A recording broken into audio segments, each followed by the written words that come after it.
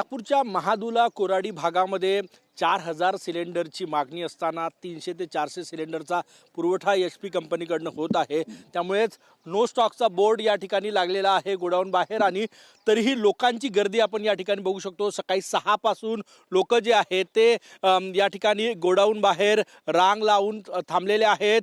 घरी सिलेंडरचं वितरण होत नाही, झालं तरी समजा 50 सिलेंडरची मागणी असेल तर 5-10 सिलेंडर येतात, त्यामुळे मोठी गर्दी घरी होते आणि त्यामुळे हे सगळे लोक सकाळी 6 पासून गोडाऊन बाहेर लागलेले आहे। आत गोडाऊन मध्ये एकही सिलेंडर नाही भरलेलं, तरी नवीन गाडी येईल आणि त्या गाडीतून आम्हाला स्टॉक मिळेल या आशेवर हे सगळे लोक सकाळपासून आहे। आणि नागपूर शहरातला हा भाग जो आहे म्हणजे शहरापासून जवळपास 10 ते 12 किलोमीटर अंतरावर आहे। इथे गेले 15 दिवस झाले घरगुती गॅस सिलेंडरची टंचाई अशीच आहे, अशीच गर्दी कायम आहे। दादा किती वाजता आला, तू काय यावं लागतंय? सर मी रोज 5 वाजता येतो, पण हे लोक म्हणतात त्या दिवशी काल स्टॉक आला होता, सोमवारी पण आलो होतो, सोमवारी स्टॉक नाही आला, सोमवारपासून काल स्टॉक आला।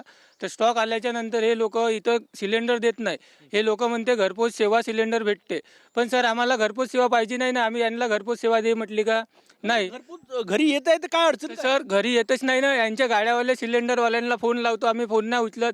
हे गाड्यामध्ये 100 सिलेंडर घेऊन येतात, तिथे 200 लोक राहतात उभे, कोणाला सिलेंडर भेटते कोणाला सिलेंडर नाही भेटत, जास्त पैसे घेते कोणी कोणी। नक्कीच दादा, तुमचा काही वेगळा अनुभव आहे, तुमच्या घरी सिलेंडर येतं, मग इथे कशाला आले? नाही, सिलेंडर येऊनच नाही राहिलेला आहे। म्हणजे घराच्या चौकावर येते